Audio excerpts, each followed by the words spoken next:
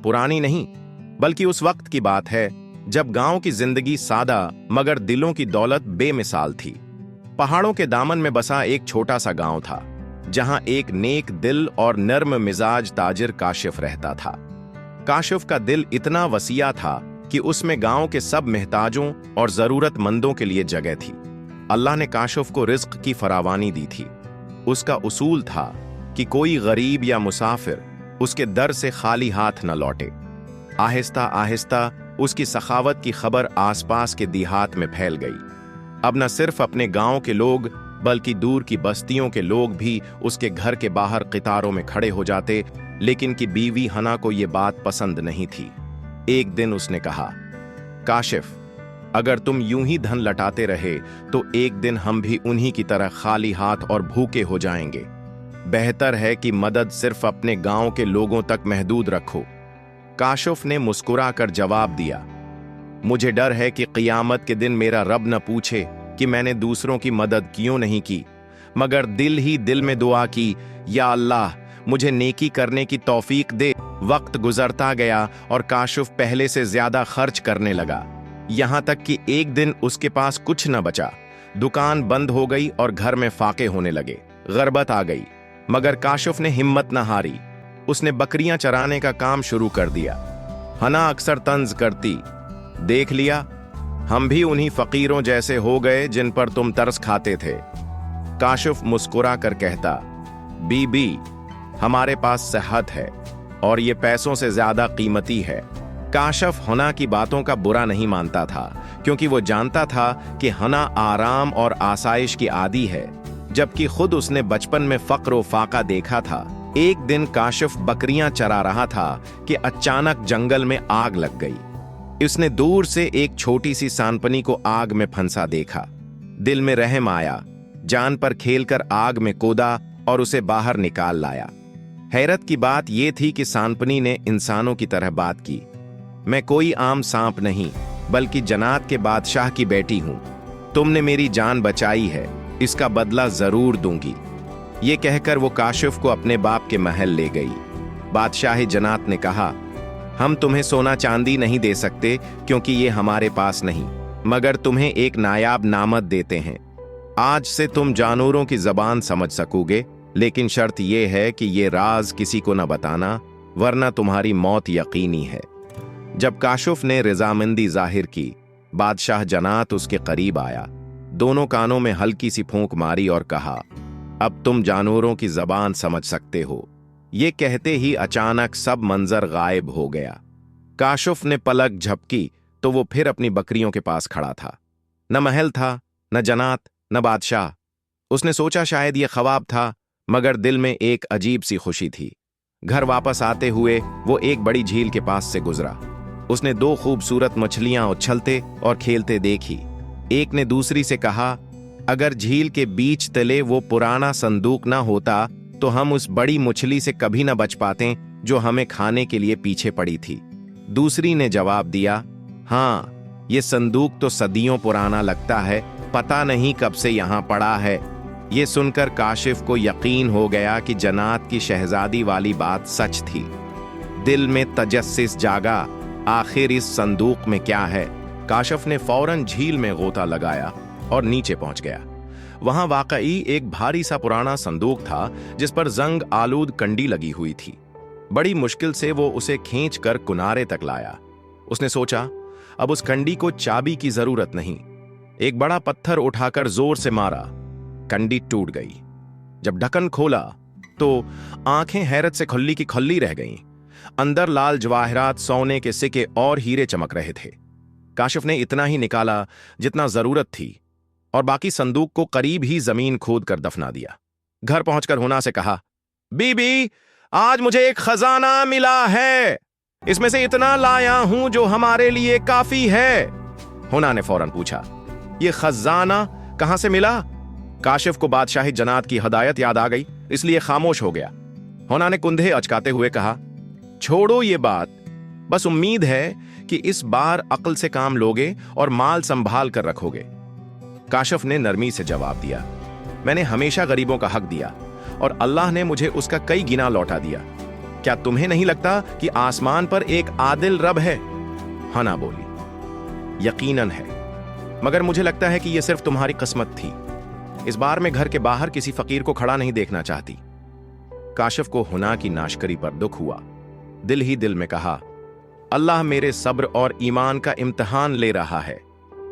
उसने फैसला किया कि अब गरीबों को अपने घर बुलाने के बजाय उनके लिए एक पनाह गाह बनाएगा, जहां वो खाना खा सकें और जरूरत का सामान ले सकें।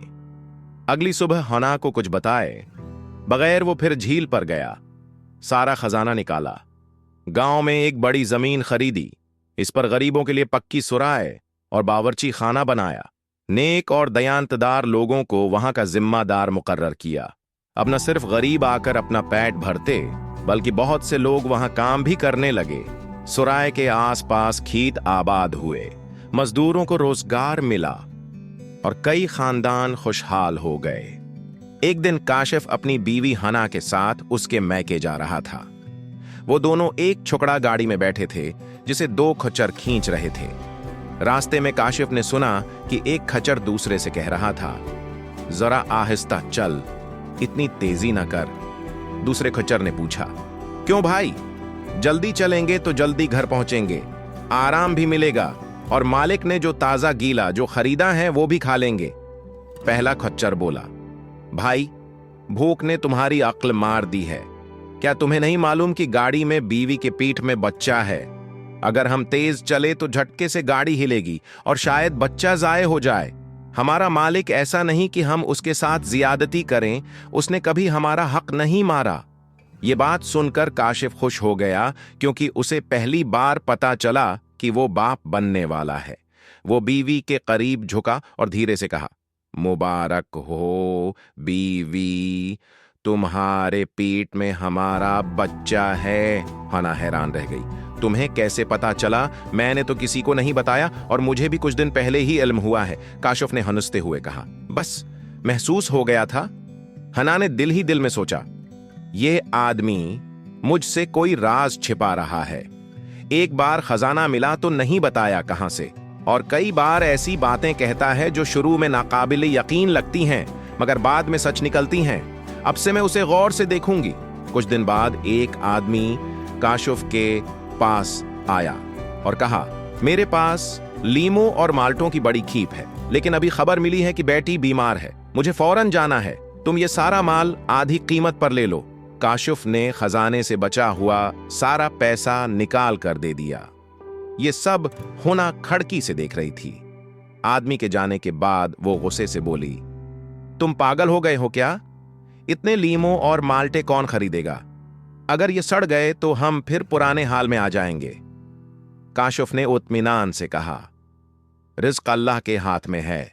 बाद में काशिफ अकेला बैठा सोचने लगा, शायद बीवी की बात दरस्त हो, मगर मैंने उस आदमी की मजबूरी देखकर ही यह सौदा किया। इसी दौरान दो चिड़ियां खड़की पर आकर बैठ गईं। एक ने दूसरी से कहा, कल हमें यह जगह छोड़नी होगी, मौसम बहुत सर्द होने वाला है।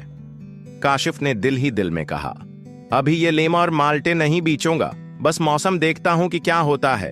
हना हंसती और तंज करती बोली, चलो पागल, बीच दो ये माल, शायद थोड़ा नुकसान पूरा हो जाए। काशिफ मुस्कुरा कर कहता, बीबी, बेहतर है तुम ठंड की तैयारी करो। कुछ दिन बाद वाकई सर्दी मामूल से पहले और सख्त आ गई। निज़ला, खांसी और बुखार आम हो गए। हकीमों और डॉक्टरों ने लोगों को लीमों और माल्टे खाने का मशूरा दिया। उनके दाम आसमान को छूने लगे और बाजार से ये फल गायब हो गए। ताजिरों को खबर मिली कि काशिफ के पास बड़ी मिकदार में ये फल मौजूद हैं। उसने मुनासिब दाम लगाकर बीच दिए और बहुत सा मुनाफा कमाया। बाद हुना को पता चला कि काशिफ ने यतीमों और गरीबों के लिए सुराय बनवाई है। ये सुनकर वो डर गई कि कहीं लीमों और माल्टों का मुनाफा भी फुकरा पर न लगा दे। वो फौरन इसके पास गई और तेज लहजे में बोली, क्या तुम्हें उन गरीबों के चक्कर में पड़कर पिछली बार का अंजाम याद नहीं? काशिफ ने सुकून से कहा, क्या तुम्हें लगता है कि हमारे पास इतना सोना और चांदी होते हुए भी हम गरीबों के मुना का नवाला छीन लें? हना बोली, अल्लाह उन्हें भी रिज्क दे जैसे उसने तुम्हें दिया। फिर उसने तेजी से कहा, मैं जानती हूं कि तुम्हारे पीछे कोई राज छिपा हुआ है, और अगर तुमने मुझे सच न बताया तो मैं सबको मशहूर कर दूंगी कि तुम जादूगर हो और यही तुम्हारी दौलत का राज है। यह सुनकर काशिफ घबरा गया।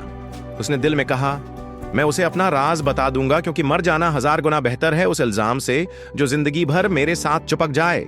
मगर फौरन याद आया कि अगर उसने राज बता दिया तो वो मर जाएगा, जैसा कि बादशाह जन्नत ने कहा था, और फिर गरीबों और कमजोरों की देखभाल कौन करेगा।